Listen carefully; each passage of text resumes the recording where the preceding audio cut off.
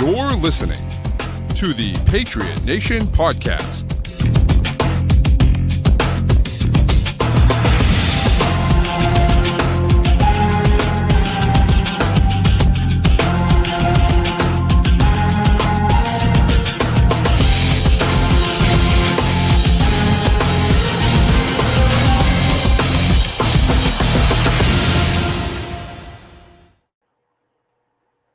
All right, welcome back to the Patriot Nation podcast. Your boy, Pat Lane. My voice is back, and thankfully it is because we are joined by one of our favorite guests, a recurring guest on the show, and, you know, one of the nicest guys in Patriots media and maybe even sports media in general. It's Phil Perry from NBC Sports Boston. Phil, thanks for coming on the show, man. We love having you so much, and you got the little bookshelf behind you. It's like a little professional look over there. I like that. It's a professional look, and if you could see outside the bounds of this bookshelf, you would see maybe the most unprofessional space you've ever seen on a podcast. So I appreciate you saying that. I'm happy to be with you guys. Yes. Well, we're happy to have you. As always, guys, you know that this episode is brought to you by FanDuel, the official wagering partner of CLNS Sports Media. Go to FanDuel.com/Boston to sign up now and get involved if you don't already have it, which we should, obviously. Matt, here we are, another weekend. We talked about the game on Sunday. It was good, not great, but good. Some good things that to take away from it. Right now, though, my biggest concern right now is that no one's healthy. Everyone's hurt. I feel like Dumb and Dumber when he's talking about our pets' heads are falling off. It's bad. Well, and the roller coaster of emotions this week as a Pats fan, too, because the game starts and it's Brady and you're hype. And then the first quarter happens and you're down. And then they come back and you're hype. And then the comeback doesn't work and you're down. And then you see the Jets game on Monday night and you realize, we don't know what's going on in the AFC East anymore. And you're back up because we got a shot in this thing. And then you see the Wednesday injury report and have Trent Brown and City So been having like a headbutt competition like somewhere on the sidelines because they played the whole game and now they're out with concussions. And 6 offensive linemen are injured right now, I think. If that includes Riley Reef, I don't know what's going on right now. It's not good. And it's especially when you look at Trent Brown dealing with the concussion. Yeah. There's various stages that guys have to go through to get through the concussion protocol. Is it realistic for him to get through? At this point, I don't know because I haven't been able, as of yet, to glean exactly where he is in the protocol. But the fact that he did play the whole game and, this is maybe some later onset sort of symptoms that has landed him on the list here makes me feel like, I don't know. I just don't get a great feeling. It's feeling more and more rare with each passing year, guys. I don't know if you've noticed the same thing. And I don't know the numbers on this. It'd be an interesting thing to sort of track, and maybe it's something I can pull up this week. When guys pop up on the injury report with a concussion, I don't know how many of them get through the protocol in time for Sunday. So it's just, and somebody had said earlier it didn't happen once last year or the last couple years in New England. Like you never play the week, you end up on the report, and it's one of those where if it's 2 guys here with concussions, if it happened during the game and it's not showing up until later, that's concerning for its own reasons. And if something had happened between the game and the injury report resulting in it, then it's just happening later, and that means the recovery process is starting later. So either way, it doesn't feel good for Sunday, and then beyond that, I think is an open question. And so how do you respond is the question for me. And you could go full shuffle, and you could put Calvin Anderson on the left side. He's got that's where the majority of his pro experience is in game. Is on the left side, and then you're looking for an answer at right tackle, and your answer would have been City So because he played so much right tackle during training camp, I would think, and then you could just try to figure out right guard, but City So is obviously dealing with a concussion too, and so I think there's a good chance maybe they just try to keep Anderson at right tackle, and maybe they try to stick somebody like Vidarian Lowe at left, and you just try to get by, and you hope David Andrews can play. You hope Cole Strange and Micah Wenu can get going. So, if you can get the interior right, I think there are some things you can do to sort of scheme around your tackles for a game. But again, it's going to be another game plan, I would think, based on how the injury report's looking right now, where you are doing everything you can to make sure you get through another week with Mac Jones relatively healthy, because that's really the worst case scenario, is that you can't protect the guy and you lose him in week 2. And I think we've all been really hoping here that the interior is fully healthy to go on Sunday. On Onwenu and Strange, David Andrews showing up on the report now too isn't great. If all of those guys can go, then you could, I think, give more options to deal with what's going on at tackle. But there's a world here where essentially your entire starting line, except for Calvin Anderson, is not playing on Sunday, and you're down to Calvin Anderson plus guys who were lower than 7th or 8th overall on your depth chart coming into camp. There's not a lot of teams that are going to do well in that spot, and yet it's almost a must-win game against Miami at home. And this division is winnable right now. It looks wide open at the moment. If you want to be in that race, I think you got to find a way to win this game. Thankfully, it's a Dolphins defensive line that gave up a lot on the ground last week. Yeah, they couldn't stop the run. Now, if you're dealing with all backups on your offensive line, I'm not anticipating you being able to run the ball that well. They couldn't run it at all the other day against the Eagles, and they've got a great front. And again, the Patriots were dealing with all sorts of injuries there, but they could not run the football. And that eliminates all the play action stuff that we saw them work on all training camp. It handcuffs you. And, especially in a game like this one coming up, where my expectation is, in a perfect world, part of the game plan would be, let's win the time of possession battle. Let's grind this thing out. This is one of the most explosive, if not the most explosive offense in football. Let's keep it out of their hands. Let's stay on the field. Let's keep our offense on the field as long as humanly possible and try to get through that way. But if you can't run it, you can't be taking -2, 0, -1 every time you hand it off. And Ramondre Stevenson's great, but he can only do so much. So it's going to be a huge challenge for Bill O'Brien for the second week in a row, it looks like. Yeah. I mean, scheming things up is one thing, but like when you just physically can't push the point of attack and you can't open up holes, it's just, there's nothing you can do. You can scheme everything up that you want, but at the end of the day, sometimes you just got to win a one-on-one battle. And that's not what they did last week. And, again, if you're sticking Vidarian Lowe at right tackle and, if he's not playing next to Mike Onwenu, like this is the big thing for me is that the Trent Brown and the City So thing stinks. Obviously, that's not good, right? Clearly. And if those guys both miss the game, they both miss the game. That's awful. But if on top of that, Cole Strange and Mike Onwenu both aren't ready to go, now it's a complete disaster. And don't forget now, Dave Andrews was on the list and had a sleeve on his left leg. So like if all of those, that's all 5 of your that's your entire starting offensive line, except for Calvin Anderson. So Calvin Anderson can be playing there by himself with, I don't even know, Jake Andrews and James Ferentz and like, I don't even know. You calling up Andrew Stuber from the practice squad? Like it just, you're in big trouble if those guys can't go. So it's one of those things that for me, you can get by if it's one guy. If it's Trent Brown that's out and you're getting Andrews is healthy and you're getting your 2 guards back, you can figure that out. But if you're missing 1 or 2 of those guards and you don't have City So and you don't have Trent Brown, you're in big trouble. You want to go best case scenario, worst case scenario on the line? I think I've got them both in my head right now. Yes, let's do it. All right. Worst case scenario. Let's start with the bad. Worst case scenario is Trent Brown can't play.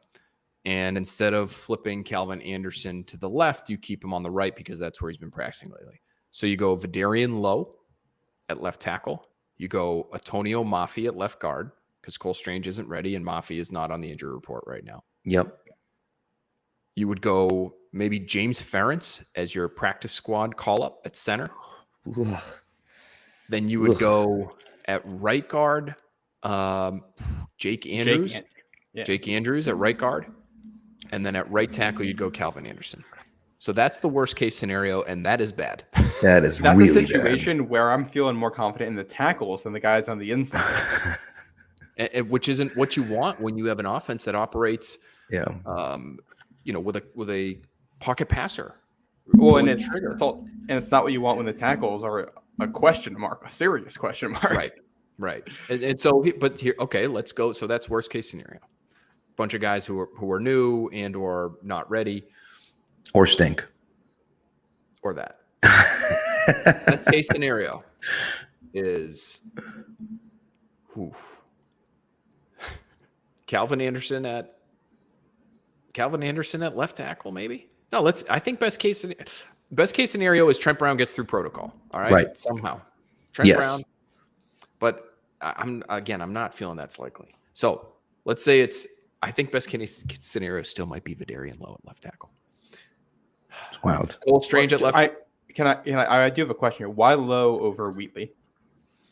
So my understanding is Wheatley is more of the project between the two. Lowe has at least played some in the NFL, and Wheatley's still relatively new to the position. I think people believe that Wheatley has a lot of upside, and maybe he shows them enough in practice that, hey, this guy's, such a great athlete. Let's just get him out there because, if you're picking between two guys who both have no idea what's going on out there, let's go with the better athlete. Like then maybe they would go with Wheatley in that scenario. But let's stick with this best case scenario that still isn't very good. It would be Lowe at left tackle, Strange at left guard. He gets healthy and he can play. David Andrews toughs it out, one of the toughest guys on the team. He says, "I'm the glue. Whatever we got to do. Don't have me try to, haul ass to the sideline on wide zone all that much, Bill O'Brien, this week. Let's take care of this injury, but I'm going to play."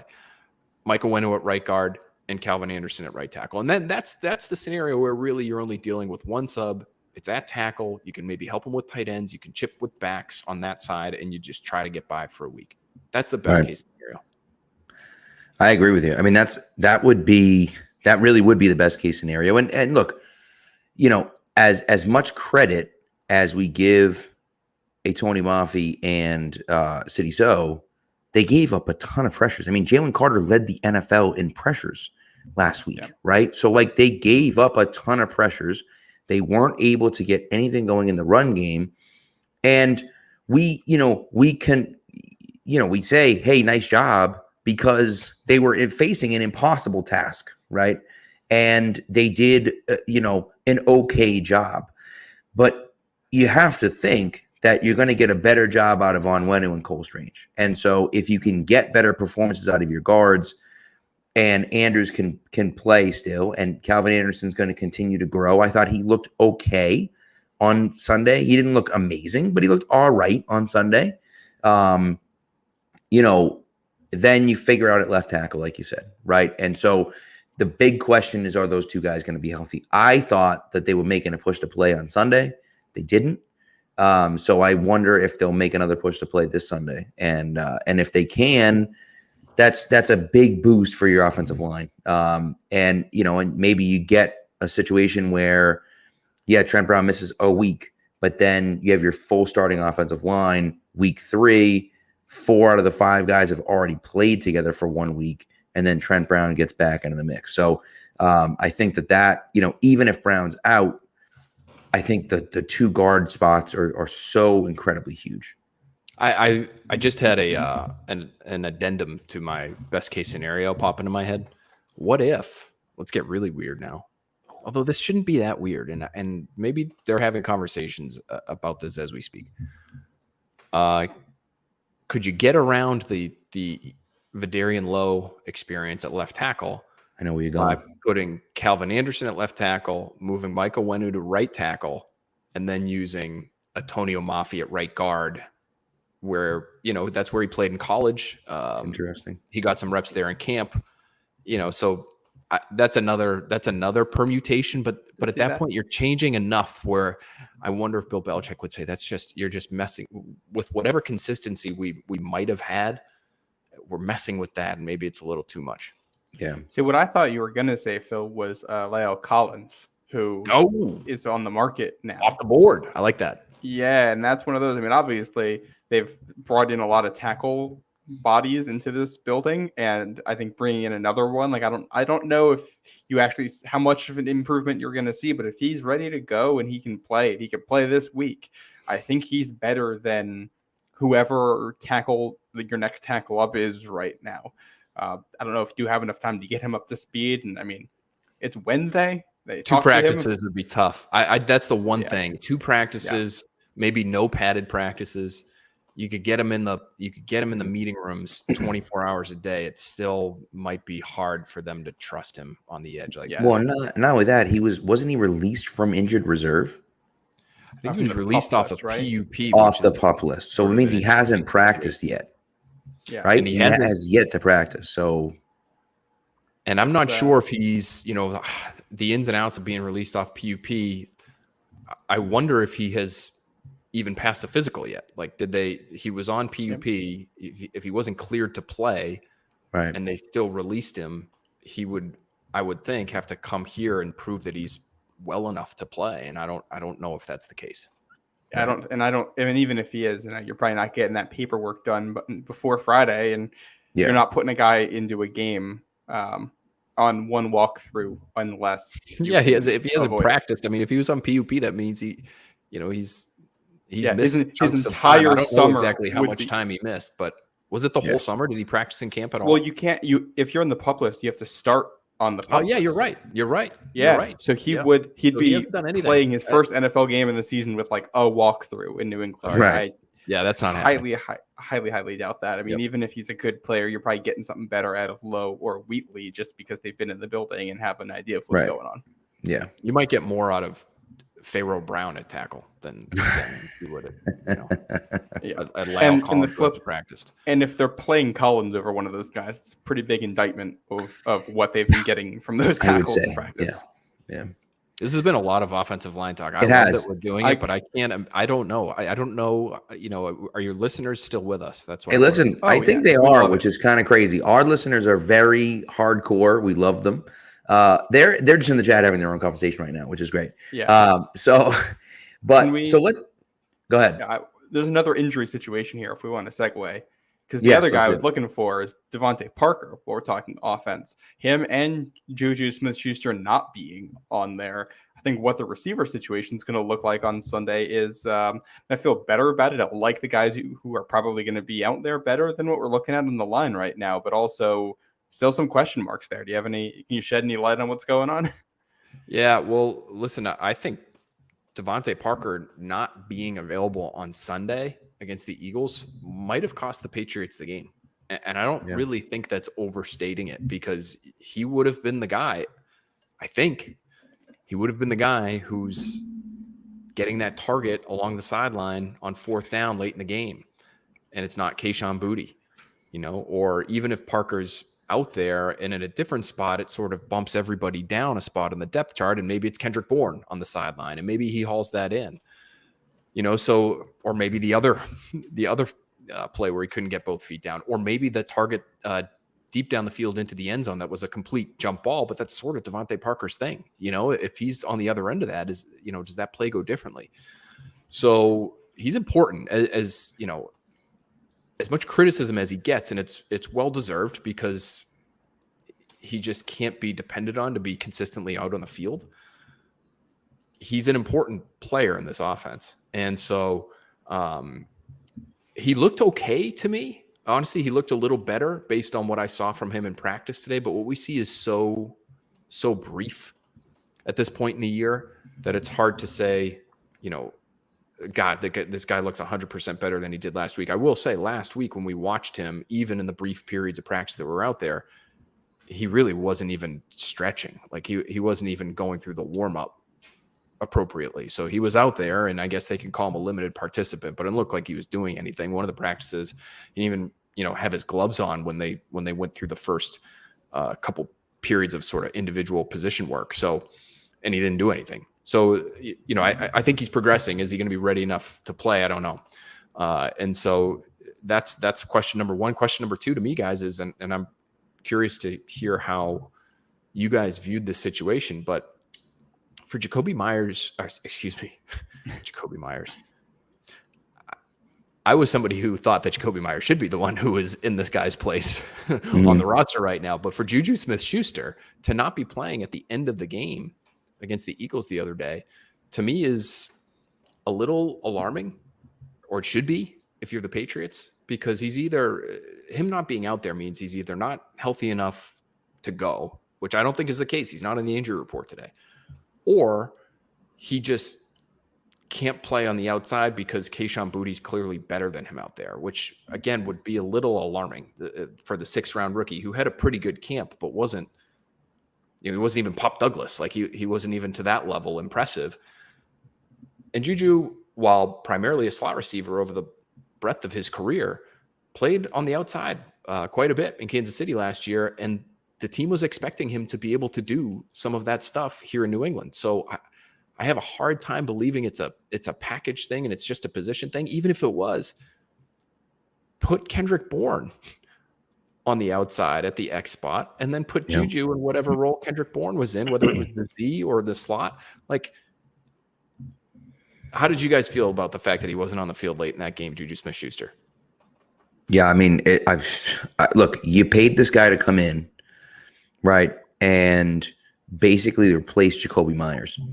Have we seen Jacoby Myers basically since he got here not be on the field in a critical situation? He was the guy that Brady and then Cam and then Mac were throwing to in those gotta have it go-to situations. He was not only on the field for it, but more often than not, he was the target for that throw. And so, to not see Juju out there obviously is alarming, right? And you wonder kind of what's going on. And then you ask the question too, like, all right, Kayshon Boutte doesn't make that play because it's his first game in the NFL and we get it and so on and so on and so on. Well, if it's his first game in the NFL, you got Juju on the sideline. Why isn't Juju or Kendrick Bourne trying to make that catch? And I know Bourne had that 3rd and 12 drop, which Phil, the all 22 angle, right? The end zone angle of that throw by Mac Jones on 3rd and 12 that Bourne dropped coming across the middle is incredible. And that might be the best throw he's ever made in his career. And with the game on the line and to come up short twice. And that's why, you've heard all the hate for Mac, the past week. And it's like not fair, I don't think, because his receivers let him down at the end of the day. And not only that's obviously a good example of it, but then you wonder, why isn't Juju on the field? And we asked the frustrating part. We asked this same question all year last year about Kendrick Bourne. Kendrick Bourne wasn't on the field. We didn't know why Kendrick Bourne wasn't on the field. And now he comes in again, and all of a sudden he's good, right? And so, and of course, wasn't perfect, had the drop. I think he could have made a better play on the ball on the pick six, but whatever. That's nitpicking in my opinion. But still, he didn't have a perfect game. But you look at it and say, well, why isn't Juju in that situation, right? And we just went through this last year with Kendrick Bourne. And so it's frustrating and certainly worrisome. And I would just add that, looking ahead, I know we want to look ahead to week 2 here. You're going to need to score points. Your best, most talented people are going to need to be on the field. And I think if we see it again, where Juju Smith-Schuster, say he gets through the week, he's not in the injury report, and we get to Sunday Night Football, and it's a critical juncture. You're in the 2-minute period, and he's not part of your 2-minute package. You're basically just telling the world he's not good enough.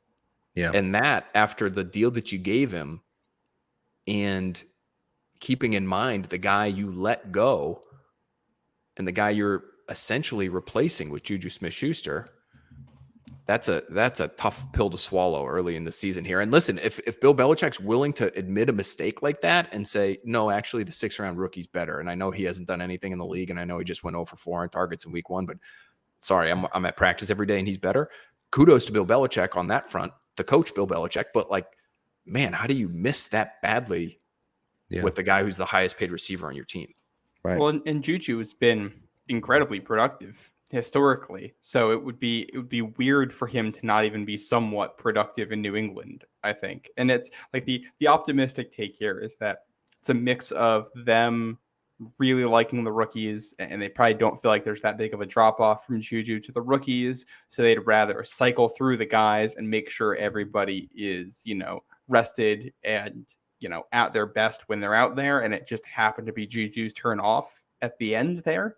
I think that's the optimistic take, but, that only has so much leeway if the rookies don't actually produce out there, and they looked fine.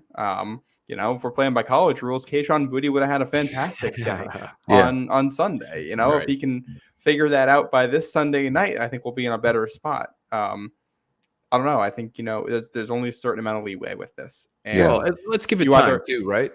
Let's give it time. It's been 1 week, and maybe he becomes Juju Smith-Schuster by week 4 is looking like he's as dependable as Jacoby Myers has ever been. But I think given what we saw from him at camp, which was a guy who was out there on the field, and I made sure to note this every day we talked about him on TV. He was out there for every practice and during training camp, and he deserves credit for that, especially when there are other guys who just can't post even for practice, and especially after he missed all of the spring. We're looking at going into training camp and looking at Juju Smith-Schuster. We hadn't seen him. Man, is this guy's knee going to be a problem right from the jump? And he was there for every practice. Yeah. So he gets credit for that. And maybe things click for him a little differently, or maybe they were managing him in some way. Maybe he got to a certain number of snaps and they said, let's get Boutte out there. We don't want to push it with Juju. He's on turf. Now that's another thing to keep in mind. This conversation with Aaron Rodgers has sort of, made it, put a little, I don't know, be in my bonnet when it comes to, turf versus grass versus turf. What matters when it comes to players and dealing with injury? Juju's played at least his home games on grass his whole career. Pittsburgh and Kansas City, grass guy. Yeah. I with knee problems. And practice is grass in New England too. and so it's just one game, but is the turf factor a factor for him? Again, a guy who's got some pretty well publicized knee issues. So it just will be interesting to see how well and how much he plays moving forward. That's a good point. It's a good point. By the way, there are just people in the chat talking about how that last pass to Boutte was not a good pass and, couldn't have been caught or whatever the case may be. And I understand he's getting pushed in the back. That's the only place Mac could have put the ball. I mean, I guess maybe it could have been a half a second earlier than it was, but there's nowhere else he can put that. He has to put it there. The guy's right on him. He has to give it to him on the sideline, and the guy's got to make a play. I mean, at the end of the day, he's got to make a play, and he didn't, right? And so we can make excuses for him, and we can talk about it wasn't a great throw by Mac, and we can talk. The ball got there. He caught it. He got 1 foot down. Should have dragged the other foot, and he didn't, right? And I get he's getting pushed in the back. I understand that. I get it. But these guys get pushed in the back. This is what happens on a daily basis. Like, just because he wasn't wide open and there was a guy covering him doesn't mean he can't catch it all of a sudden. It's, it's 4th down. Game's over. Like, that's it. This is it. Yeah. It's the last play of the game. Like, make the damn catch. You know what I mean? So, like, it's just that's the way, for me at least, I look at it and just say, like, I don't know. Maybe it could have been there a half second earlier. Maybe it should have been in a different spot. I can't imagine. I thought it looked like a great throw to me. And a guy that it's a tough catch, but you got to make it. That to me, the game to me, Matt, is just, between that play, the other Boutte play along the sideline, the 3rd and 12. Again, that's a difficult catch. If Kendrick Bourne had made that catch, it would have been a great catch on his part. And we all would have said the touchdowns were nice. That 3rd and 12 with the game on the line, unbelievable throw, tremendous catch. But the best of the best make those plays. And so that game to me was a game where you look at the talent around Mac Jones, which we've all been talking about since he's been here, essentially. And you say, does he have enough? Does he have enough? I don't know. Yeah. The other, that Juju had a drop in the first half too on a 3rd down where he was wide open. And the pass got a little bit short-armed and, he had to catch it down at the waist. But, you got to make that play. And I would also wonder if that played into it at all. We had a bunch of guys who had drops at some point. I wonder if they said, hey, we saw you had a drop and, Boutte didn't get the foot in earlier, but he did catch the ball and give it a shot. So we're going to go with that guy right now. And the other thing too, is if they see Juju as a slot only option and DeMario Douglas has been as good as everybody's been saying he is, then there might not be that much difference between those guys, and that might be a Demario Douglas thing more than anything else here. And I just wonder too if there's stuff, we're not seeing everything, right? We're not getting the full picture on Juju and what the Patriots are getting, what Bill Belichick is getting, what Bill O'Brien, Mac Jones are getting, which is, how's he look in practice? Is he lining up correctly? Is he doing all the right things? Are there certain routes that he just can't run, or he doesn't get them, or that, there's certain leverages and certain calls that give him a hard time. And, maybe there's a trust element here too. And they're still waiting for that to come around. I mean, I hesitate to bring this name up because, again, it's very early, and I'm not saying this is what's going to happen with Juju Smith-Schuster, but they have signed a big name receiver who's probably closer to the end than the beginning, certainly closer to the end than the beginning in the past, and it didn't work at all, and they got away from him with Chad Ochocinco. Again, I don't think that's going to happen with Juju Smith-Schuster. I really don't. But, this offense is tough to pick up. And if they don't trust you, especially if Bill O'Brien looks at it and says, I don't know what this guy's going to do out here. If that's the case, and again, I don't know, then I could see that impacting his playing time. I will say this, the 4th and 3, I know Felger has talked about this a little bit. And I wanted to make sure I asked somebody on the coaching staff on the record about it. They were talking about that 4th and 3, Juju Smith-Schuster maybe ran the wrong route. And it looked like an option route potentially from the slot, and he ran right into the corner's leverage. Mac Jones is looking that way early in the snap. He gets pressured. He can't get rid of it because Juju runs right into the coverage, and he's got nowhere to go with the ball, and he starts to scramble around, and he needs to throw it incomplete. I asked Ross Douglas if that was the case. Did he run the right route on 4th and 3? It's a critical play. He said he did. He did the right thing, but he said he could have done it much better. And the read I have on that, after asking a few people who are familiar with this offense and familiar with how the Patriots want certain types of routes run, the get off, the release of the route was, I don't want to call it slow. I just don't think he sold. If you watch it back, he starts to break in. His release takes him, it's an inside release. I don't think he sold it in the way that they would have liked, because the corner really didn't bite on it at all. And then, so when he breaks out, he is running right into the corner. So the route was a locked route. It was an out route, but the way he was supposed to get into it, he didn't shake the guy. He should have done it a little differently. So I don't know. Is that enough to get you benched at the end of the game? I don't know. I really don't. Yeah, that could totally be it, though. That's consistent with things we've seen from the Patriots before. I mean, you go through their tape in general, and you'll see plenty of times where a guy does something wrong, and you just don't see him for the rest of the game. That's a common occurrence. So I don't think that would be too shocking here. Again, especially if they have been impressed by Demario Douglas, they don't think it's that big of a drop off anyway. Yeah. By the way, this is live. In case anyone's, I know someone's in the comments asking. We are live. We're live. We are live in here. And by the way, there's people still talking about booty. It's not. Don't blame. It doesn't matter. I want to have the conversation. It's not Booty's fault. No one's blaming Keyshawn Booty for losing the game. No. Can I address something Phil said earlier before we change topics here and go defense? Yes. All that? You mentioned the grass fields. Just some context on it too. In New England, they're going to have a grass field for soccer in 2026, which I think the announcement of that lit something under the players in general. I know a lot of the stadiums are going to have grass for that, and grass up to the World Cup standards, which is, I think, higher quality than you see at any NFL field now, the way they talk about it. And I think there's a lot of players who after that said, wow, they can do it for that, but not for us. And then also as a nostalgic fan here, I just miss the days where it's like you got the grass stains all over the jerseys at the end of the game, or like, you can tell what season it is because you turn on the game and it's a December game in Lambeau and the field's just brown. Or you watch the old Pats Colts AFC Championship game where it's like a dingy field, and I miss that. So I like the players prefer it; they should do it. But aesthetically, I like it more too. Well, and it's I would argue it's a smart investment, because if you start losing guys because of the turf, then it impacts your season, it impacts your bottom line, it impacts fan interest. Like you should be. I'm with you. Like. They should be doing everything humanly possible to keep these guys as comfortable and as healthy as possible. And the numbers would suggest that guys tend to stay healthier when playing on grass. Well, and there's, from an economic perspective here, there's the fact that every single team can pay the same amount of money for players. So you can't really get an automatic advantage there unless you're just better at using the money.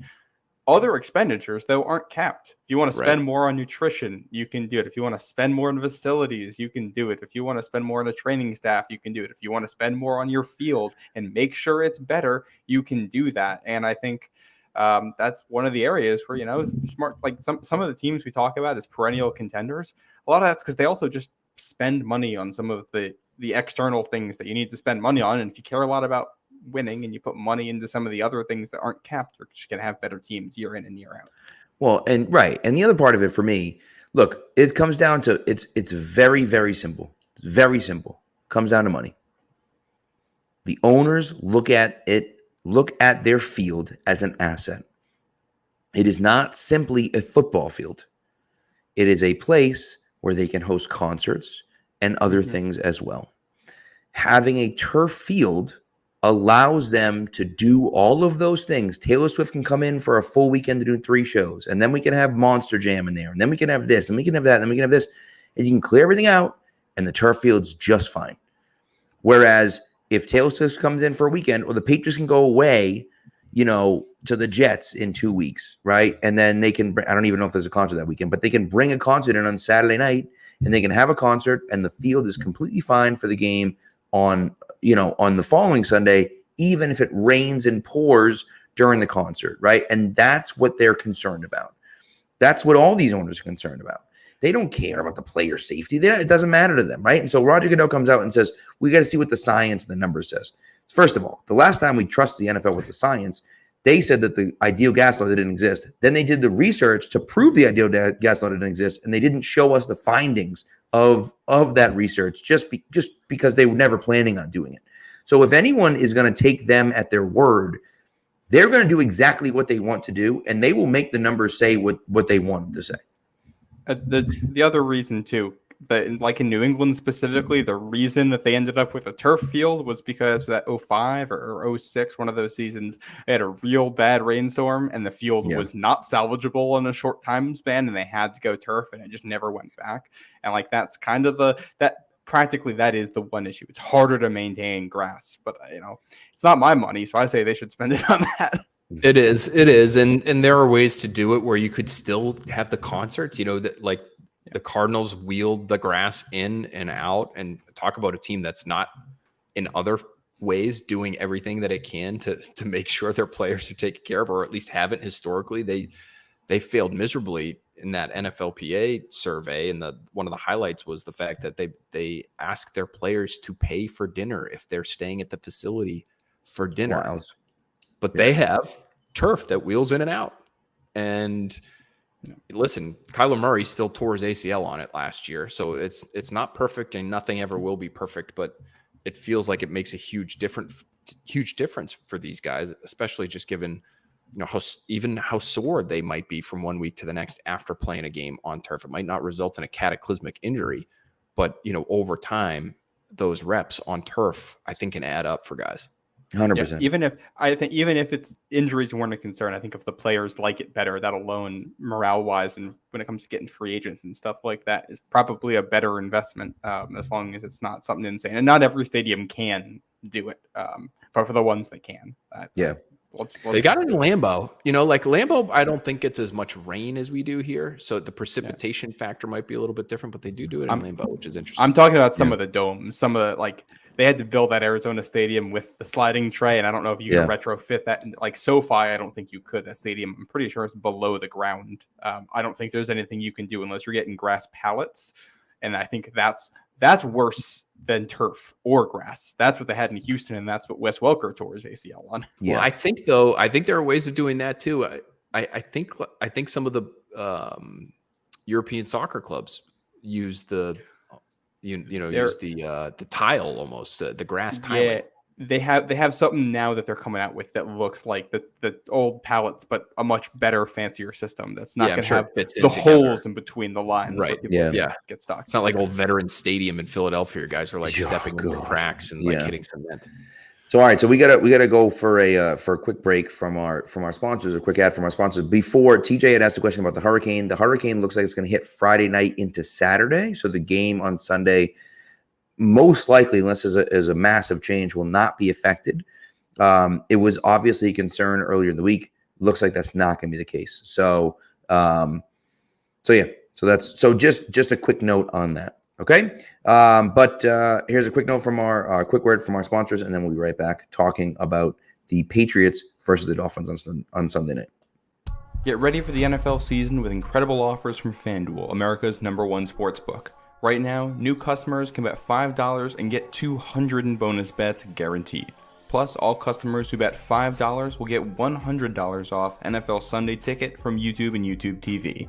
Now is the best time to join FanDuel. The app is easy to use, and you can bet on everything from spreads to player props and more. Go visit FanDuel.com/Boston and kick off the NFL season with an offer you don't want to miss. FanDuel, official partner of the NFL. Ages 21 and up and present in Massachusetts. First online real money wager only. $10 first deposit required. Bonus issued as non-withdrawable bonus bets that expire 7 days after receipt. Restrictions apply. See terms at FanDuel.com/sportsbook. Hope is here. Gambling helpline ma.org or call 800-327-5050 for 24/7 support. Play it smart from the start. GameSenseMA.com or call 1-800-GAM-1234. NFL Sunday Ticket offer ends 9/18/23. No refunds. Terms and embargoes apply. $100 off NFL Sunday Ticket, not YouTube TV. YouTube TV base plan required to watch YouTube TV. Redemption requires a Google account and current form of payment. Commercial use excluded. Subscription renews. Cancel anytime.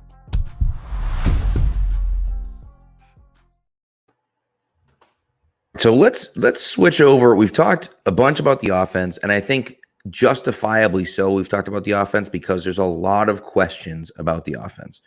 I think just from a competition standpoint, the offense is more concerning than the defense is. However, the Dolphins were by far the most explosive offense in the NFL last week, right, in week 1. We know what they can do with Tyreek Hill. We know what they have in Jalen Waddle. They have an immense amount of speed, and Tua, I thought, looked very good. And so the question now becomes, how are the Patriots going to slow down the Dolphins? They're not going to stop the Dolphins. They have historically done a pretty good job against Tyreek Hill for the most part. Not every game, but for the most part, have done a pretty good job against Tyreek Hill. But I just wonder, what do you think, Phil? What are they going to do to slow this team down? Is it a reasonable answer if I say I've got no effing idea? Yeah, I think so. Yeah. Yeah, that's fair. That's how I feel. You know, I'm watching this Dolphins offense against the Chargers, and I'm watching them send Tyreek Hill in this shorter out motion where he still somehow hits top speed after about 3 steps. And then he's got a 2-way go on JC Jackson, who has absolutely no chance out in space about 15 yards down the field. And then he can either just run deep on him and go by him, or he can cut it across the middle of the field and, pick up an easy 35 yards. Like, what do you do with that? I have no idea. And so I think they'll try to mix it up. I think a big part of this game plan will be pressuring Tua Tagovailoa. Lots of questions on that Dolphins offensive line. Now, obviously, they do a pretty good job of mitigating that by getting the ball out of Tua's hands pretty quickly. They are the RPO offense in the NFL. Mm-hmm. Mike McDaniel loves that stuff. Tua Tagovailoa is excellent at executing that stuff. And they, of course, have the receivers to get off the line of scrimmage, take a short pass, and take it to the house at the drop of a hat. So how do you handle all of that stuff? If you can somehow muddy Tua's pocket, and he actually looked pretty good off script the other day too, which is like a little different tool in his bag that maybe he has here in 2023. But if you can do enough to bother him and maybe force him into some bad decisions off schedule, then that's probably your best chance, in my opinion, of slowing them down. You have to tap into this front that they have that I know they love. The Patriots and people within the organization that I've spoken to since that game the other day, they love their front. They think they're deep. They think they're really talented. They did not get a ton of love before that Eagles game because the Eagles front is arguably the best in football. But when you look at the Patriots and what they have, Matthew Judon, Josh Uche, Uche who's quietly had a really nice game as a pass rusher, just didn't lead to a ton of production. Christian Barmore had a nice game as a pass rusher from the interior. Yep. Keon White, who, if anybody out there is interested in a deeper dive on Keon White, we're going to have that tomorrow on the Next Pats podcast. Got to watch some film with Rob Ninkovich. Love it.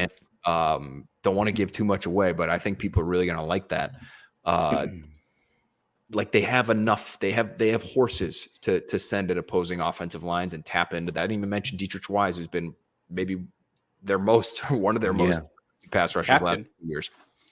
You know, they've got a lot there. And so I think that's going to be the unit that, even though they're not covering Tyreek Hill, that might be the unit that slows down the Dolphins. Well, and I think you need those guys to play well. I thought Christian Barmore had his best complete game as a Patriot on Sunday, too. And you look at the tape, I mean, I think he's been up and down as a run defender. And as a run defender, that might have been his best game. I think he put it all together. And you really can't blitz Miami. They attack the middle of the field so well and so quickly that you bring a blitz and they're going to beat it and they can take that to the house. So you kind of need whoever your front four are to be winning matchups and putting pressure on quickly themselves. Teron Armstead, too, is back at practice for the first time in a while, and that could be a factor here. Their left tackle, I believe, was a huge part of their offensive line. Yeah. One of the things, if I'm Bill Belichick, that I'm doing before this game, you mentioned that motion that they send Tyreek Hill on. I am going to every ref on the field and I'm reminding them of the illegal motion rules and that you cannot be going forward at the snap because Hill was very, very close on some of those last week. And I think that's one of those where just, hey, you want to be in their head in case they mess up the timing on any of those, that they can't get away with it. It's hard enough to stop as is. You don't want Hill going forward at the snap and adding even more speed on. And then, I think you got to play man with some robbers in zone over the middle and pray. Yeah, and it's interesting. You mentioned the illegal motion thing. I think teams, especially these Shanahan teams, are getting as close as possible to that line. You'll see not just on that out motion or these jet motions where it feels like these guys are bending. They're starting to bend as the ball is being snapped, maybe even slightly before. But even, Deebo Samuel, I saw had an orbit motion this past weekend where he's going around the backfield, around the quarterback, back towards the line of scrimmage, and then they're basically snapping the ball as he gets to the line of scrimmage. It's like, how is that fair? This isn't arena football. You have this, you got this 225-pound receiver who's, just this ridiculous athlete with a ton of mass moving forward at the snap of the ball. It's like, it really is. It's Canadian football, as John Jones said today. So that to me is a huge deal. I think that what's interesting, and I give Mike McDaniel credit for this, and I think he's an excellent offensive mind.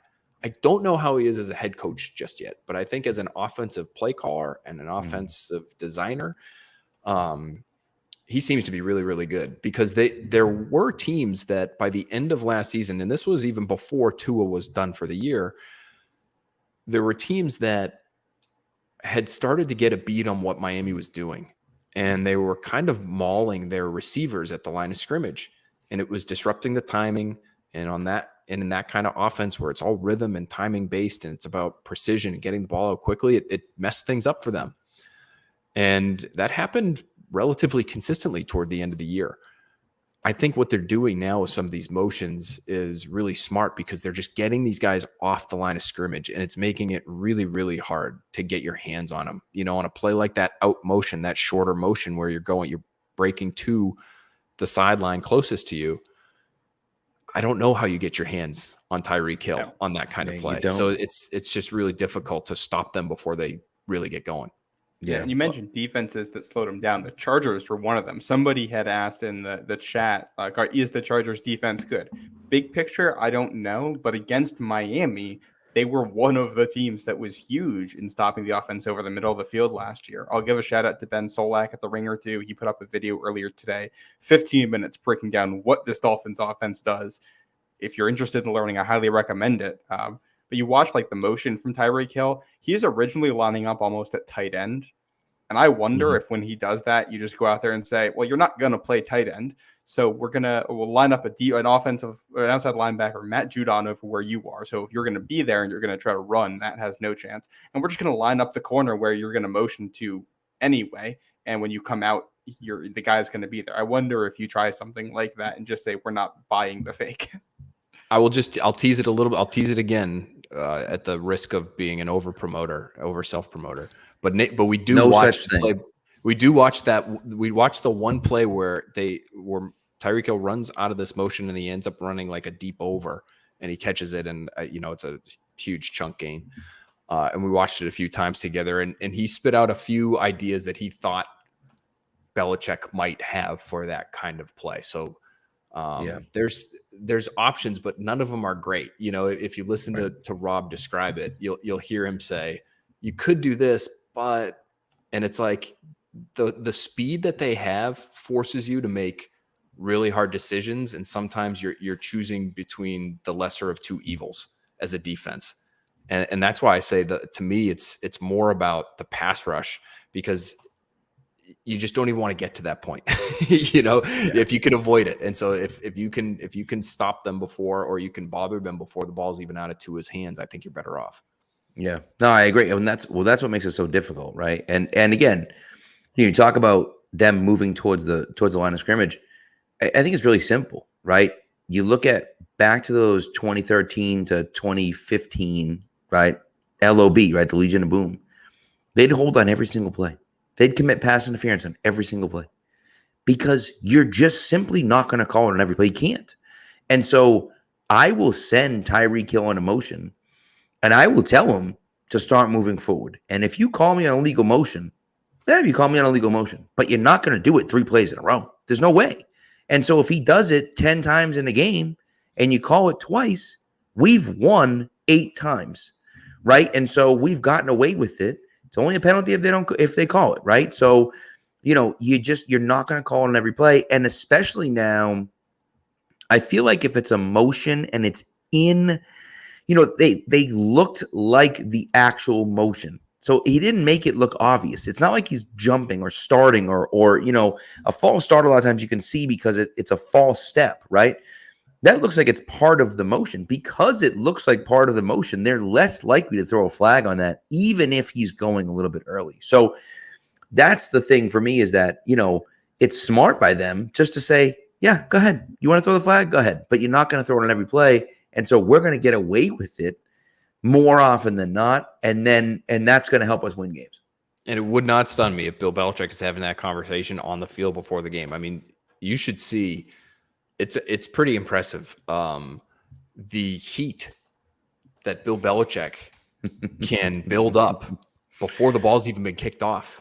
Yeah. When talking to these officials, I've been on the sidelines, we're doing our TV, and whether it's, it's actually, so when I typically notice it, and I think it's because when the games are played at Gillette Stadium, where we are for NBC Sports Boston, we're pretty far removed from the Patriots sideline and the end zone in which the Patriots are warming up. So it's a little different sort of mechanic pregame for me at home. But on the road, a lot of times we're either right next to the Patriots bench or we're right behind the end zone that they're warming up in. And Bill Belichick likes to, kind of be in the thick of it at times in those moments before the game. And I've seen him, boys, have some really heated conversations with officials before the game's even started. And so, that's the kind of thing I could see him working them on right away. And there are, it looks like to me, I'm not in those conversations, but they look like disagreements, before the ball's even been kicked off, because I'm sure the officials are ready for those conversations. And they say something along the lines of, well, Bill, you have to understand what, we're either going to call this or we're not going to call this because X, Y, and Z. And then it's on. It's like there's this tremendous back and forth. So I'll be keeping an eye out for that on Sunday night. It's a great point. That's a good point too. And you're right. Like you have to alert those guys to that. And you have to think that the NFL had some sort of meeting with the refs as well. Hey, this is going on.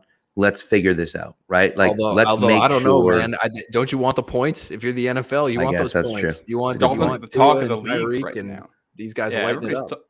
Well, especially with how the Bills looked on Monday night, the Dolphins are kind of everybody's favorite right now in the AFC East, and that's what I think makes this game so interesting. I think Miami is top 2 most interesting offense in the NFL right now, with San Francisco being the other one based on what we saw in week 1. And Patriots are always an interesting defense, but going back to what we talked about earlier, the Eagles having an elite offensive line, and the Patriots either held their own they dominated at points with their defensive line. And with what they can do up front and the pieces they have in the secondary, this defense can be one of the best, if not the best in football, with one of the best defensive minds of all time coaching it.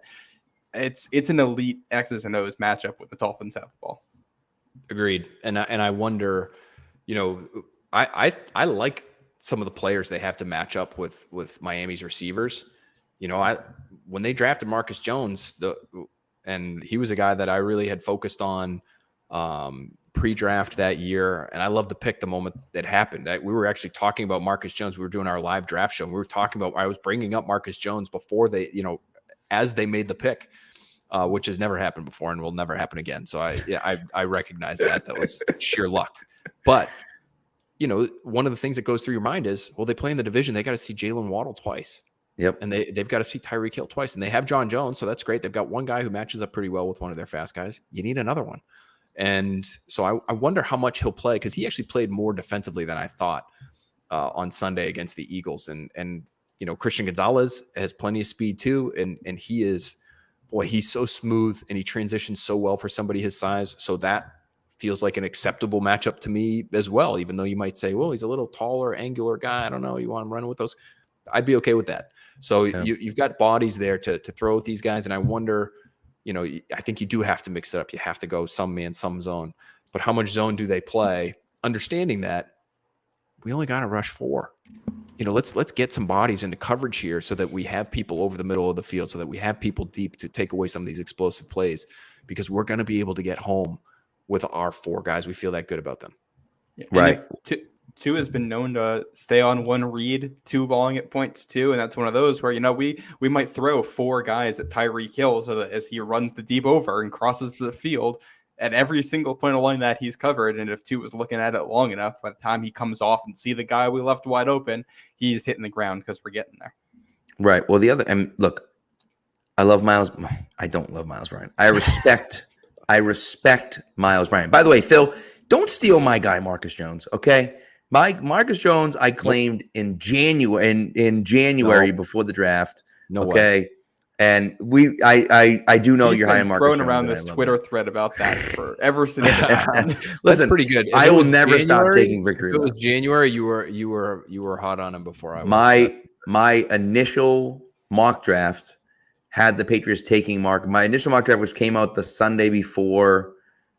The Sunday? I don't know. The week before the Super Bowl that year had the Patriots taking Marcus Jones at 85, which is where they took him, which I will never stop victory lapping that ever.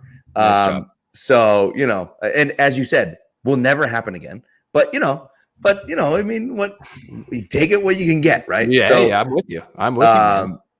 But Miles Bryant should never play. He should not be on the field for one snap against this team. He's not fast enough.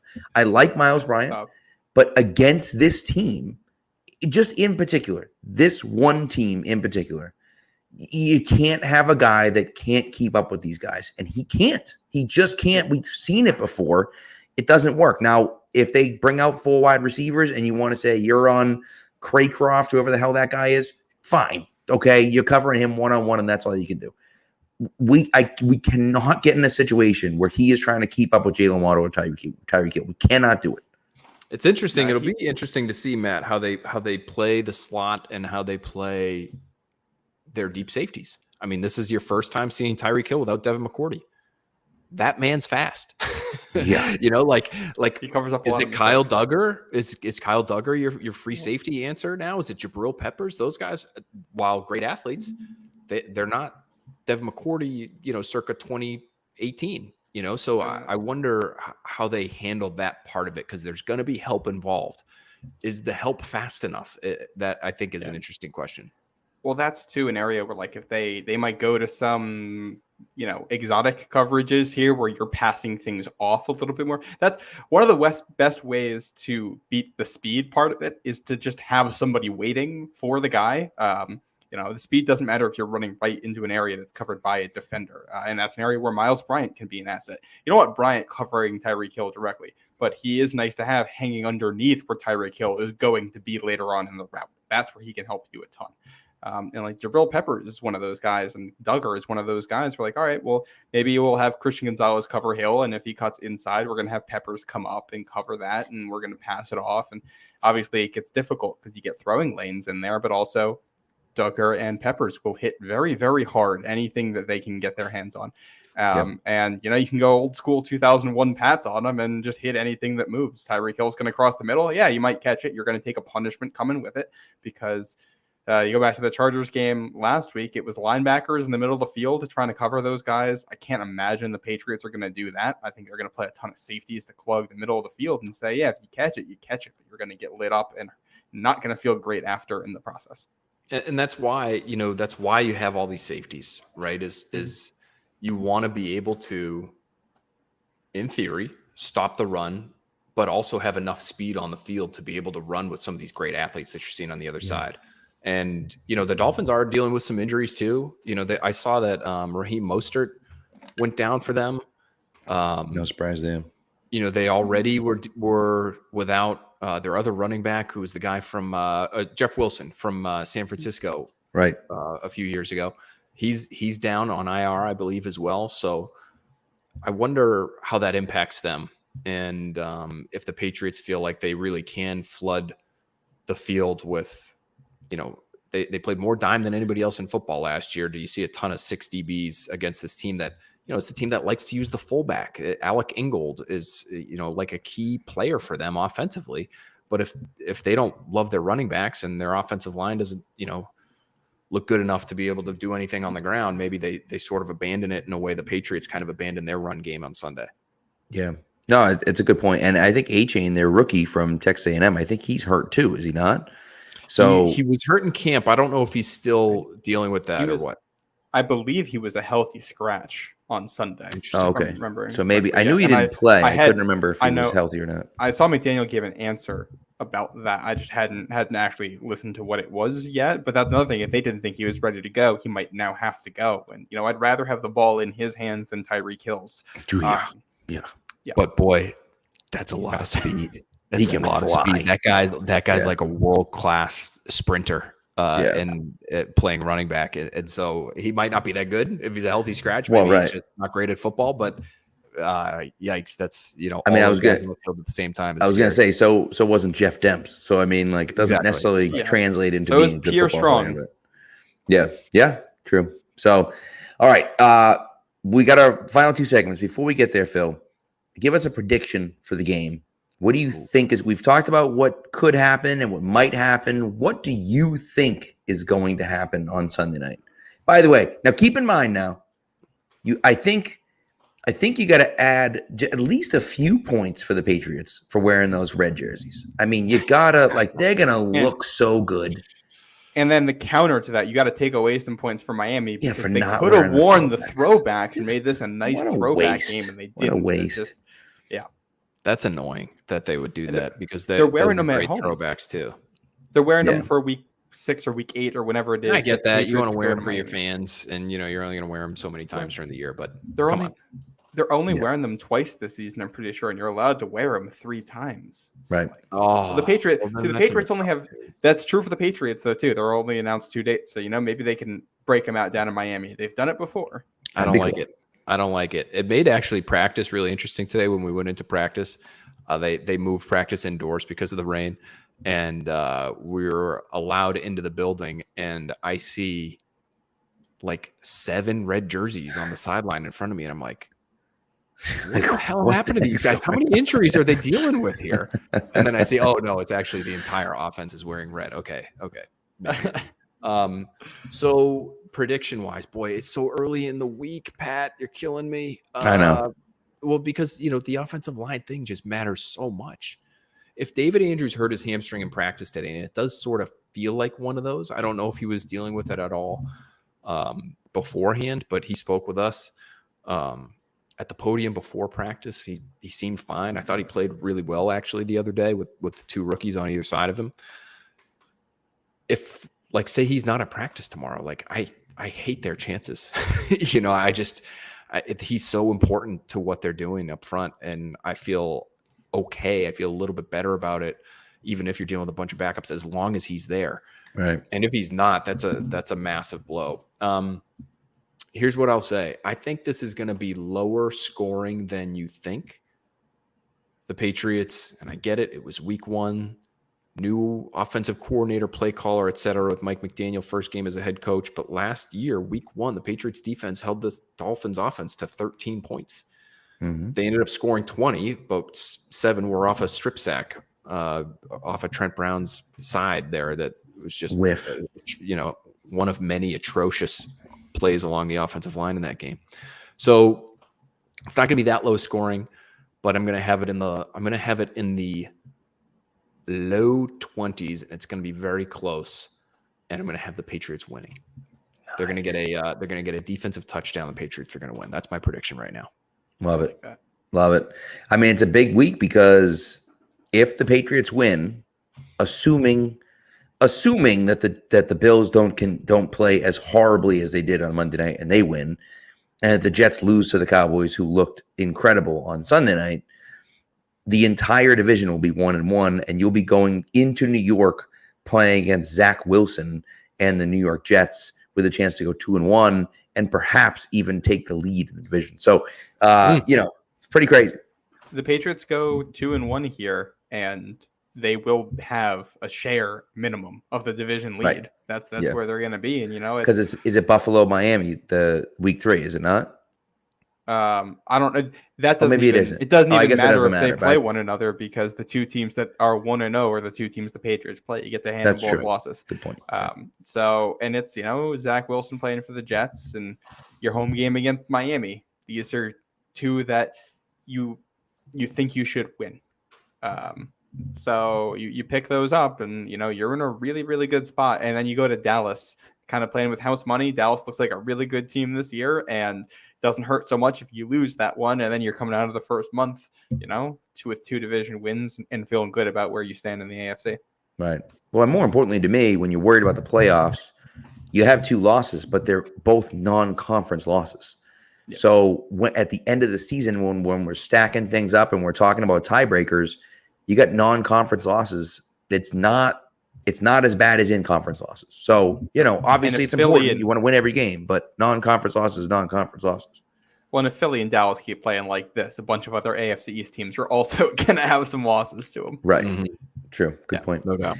So, all right, let's do our final 2 segments. Matt, I think we'll do trivia first, and then we'll do this week in sports history. So, trivia question for you, Phil. You may know the answer to this one, but let's hold off on the chat first. Let's see if the chat can get it. So if you have it, if you think you have it, why don't you tell us that you have it, and then we'll wait for someone to get it in the chat, and then you can give it. Okay. So the rules for this are that, every week we do a question, and if you answer it correctly, the first person in the chat to get it right is going to get an entry to win something out of a drawing that we're going to do. So you get this right, you're going to be able to, but give them a chance to answer. Is this like Jeopardy? Like, can I write my answer down on my hand and then show you guys after? Sure. If you want to, I don't have the ability to do that, but I will theoretically. No, you can answer. You get one answer you can give on the show. We'll tell you if it's right or wrong. Okay, but I will not give it until we select a viewer though. Okay. Yeah. I'm gonna wait for you. I don't understand all the mechanics of it, but I'm gonna wait for you to tell me when to give my answer. Yeah, we'll give it a little bit of time to think about it. That way, we'll do this week in sports history, and then if you have your answer, you can give your answer after that. Okay. How's that sound? So last week, and if you want, this is last week's question. You can give a little guess here if you'd like to. But it was 4 Patriots have forced 5 fumbles in a season. Can you name one of them? Do you have any idea? Patriots? No, this is team history. Team history have forced how many fumbles? 5. They're all tied for the franchise in one season. Yeah, that's a lot of forced fumbles. 5 forced fumbles. My first guess would be Rodney Harrison. A great guess, but not correct. I'll give you one of these guys. You talked to very recently. It's a good thing. Let me tell you something. It's a good thing that you already had your conversation before this aired. Yes. Ninkovich is on the list. Oh, yeah, I should have got Ninkovich that one. had 5. Yeah, Ninkovich had 5 in 2012. Brandon Spikes had 5 in 2012. I was gonna say Spikes. I said, yeah, God, same season, 2 guys forcing 5 fumbles is crazy. Jamie Collins did it in 2015, and it was Snap Time got this right. Mike Vrabel in 2007 did it. He got that answer. Yep. So I this just week's assumed question. Rodney was always sort of around the ball, big hitter. They blitzed him too. Maybe got a quarterback, but Yeah. No, it's I'll survive. That was last week's question. I'm ready for this week's. That's a good question. I like that one. We got a Miami themed one. Dolphins coming into town. The question. So Troy Brown caught the game-winning touchdown in the overtime thriller in Miami in 2003. But can you tell me who scored the game-tying touchdown for the Patriots to send that one to overtime? Now, it happened in the third quarter, so it wasn't like a last-second thing. But somebody scored a touchdown to tie that game up in a very low-scoring game. It was the only other touchdown the Patriots scored in that one. That's a good question. I remember the end of that game like it happened yesterday. I remember that Troy Brown play like it happened yesterday. I do not remember the game tying score. that's why everybody remembers that touchdown. But I know somebody out there has to remember what. Matt said to me before, this is a little bit of an easier question. I think you'll know. That's not an easier question, I don't think. But someone out there might know it. Maybe. I think I know it, but I'm not confident in my guess. So. So it's got to be somebody weird too, because I feel like this wouldn't make the trivia question if it was, a guy who scored a lot of touchdowns that year. Or maybe you're overthinking it. I don't know. Who knows? Think about who's on that 03 team. Wow, some good players. Yeah, you're good. If you want to give a guess, you can go for it. No, I'm gonna wait. You tell me. You tell me when to pull the trigger. I'm telling you, you're good to give a guess. Oh, okay. Yeah.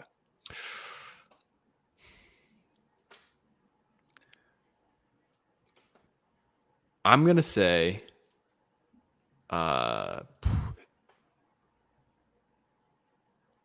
Kevin Falk. Incorrect, unfortunately. Man, that's a great guess. I was thinking maybe Falk. That wasn't going to be my final answer, but I was thinking maybe Falk. That was me trying to be the bigger person. Tom Curran and I always debate who's the better running back and more important running back in Patriots history, Kevin Falk or James White. And I always say James White. Although I think Kevin Falk's a great player and he's a deserving Patriots Hall of Famer and all that.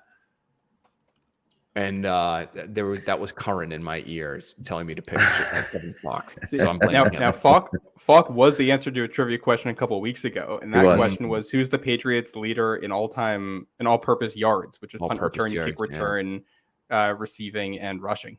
Yeah. So there you go. All right, good question. I can't wait to find out the answer. Yeah, we'll do the answer on next week's Sunday's show after the game. Sunday's show after the game. Okay. All right. Yeah, make sure to tune in. That's our hook. That's how we get people to come back.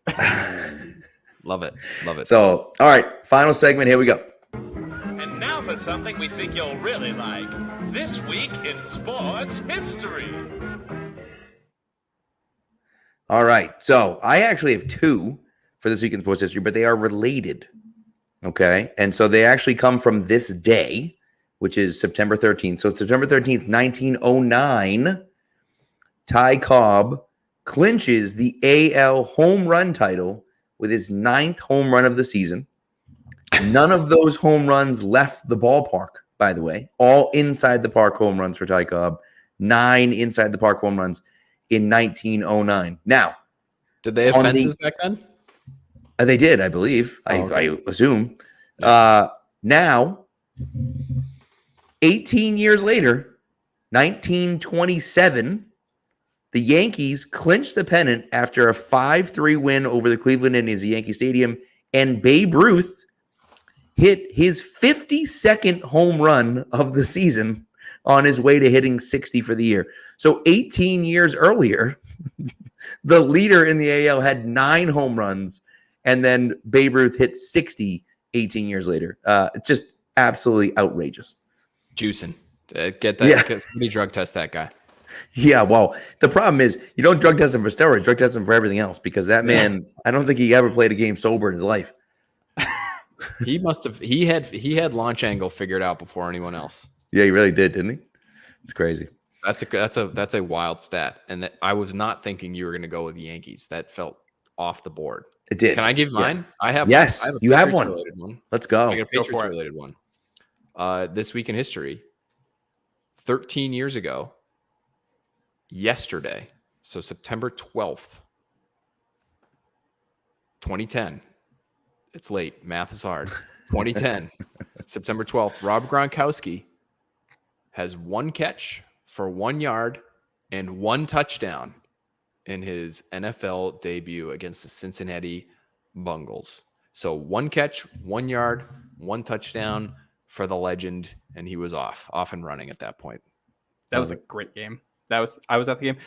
We talked about it off air, and I think what's his face? Brandon Tate had a kickoff return in that game. The thing I just remembered, Gary Guyton had a pick six in that game, if I'm remembering that correctly. It's outrageous. Yeah. It was either that or the Ravens game the year before that he had the pick six, but I'm pretty sure it was the Bengals one. That Gary Guyton, Gerard Mayo linebacking core that saw a lot of snaps together, those guys. They did. Yeah. They really did. That 2010 game is also one of the last times the Patriots wore white at home. I believe the only time they did it after that was against Dallas the following year because they, like to make Dallas wear the blue jerseys that they don't like to wear. Yeah. That's great. And then have a jersey nugget. Good This jersey is, nuggets from Matt tonight. One of my special interests here, Phil. I love it. I love it. That's a great special interest to have. Who doesn't love a good jersey? It's fun. Oh, it's a fun. good dark blue gold one. September 13th, 1992. Jim Kelly and Steve Young throw for more than 400 yards, and neither team punts. It's the first time in NFL history. And the Bills beat the 49ers 34-31. My goodness. That's one. I got Zero one that's punts. I got just a smaller one here. But on this day, September 13th in 1997, the Carolina Hurricanes played their first exhibition game. How about that? Look at that. Damn. Look at that. Yeah. Go all over the board in this week in sports history. Yeah, Sometimes I like you get it. Yankees. Good. Sometimes Good you get mix. Carolina Hurricanes. All Yeah. sorts of stuff. So And while we're talking hockey, Sunday, I don't know if you guys have seen this stuff with the Bruins. They have a whole identity they're doing this year. They're gonna have like uniforms that are one-off for this year for the anniversary of the franchise and stuff. And apparently they're unveiling all of that on Sunday. So if you're looking for something to do before the game, keep an eye out for that. interesting. There you go. Yeah. How about that? For all the jersey enthusiasts out there. Yes. For all the little Matts that are running around listening. It's the little things. It's the little. Right now. Oh, Matt How is. do you pronounce your last name? St. Jean. Saint Jean. Yeah. Okay. Yeah. So I shouldn't go Saint Jean. You know what? I really don't care what you call me. Mathieu Saint Jean. It works. It works Hey, for me. I mean, if he's a hockey Hey, guy, we're talking that makes hockey. sense. We're talking hockey. Let's mix a little French in there. I will say for when you Patrice play- Bergeron. When you play like the NHL video games, you get to pick like your pronunciation in the game, and obviously like Saint Jean is not one that's in there, but they have I think like Saint Jacques or something like that, which is as bad as close as you can get. That's where I always end up landing. I love it. I love it. That's good. That's good. All right. Before Phil, we're gonna have you plug everything. I mean, Jesus Christ, everyone better be following Phil and everything. If you're listening to us and you're not listening to Phil, I don't know what you're doing. But that's a mistake. right. But nevertheless. Before you do, though, Phil, I have to give myself a shout out and a plug. As egotistical as that sounds, I played in a golf tournament today, and for the first time ever, I won a closest to the tee competition on a par 3.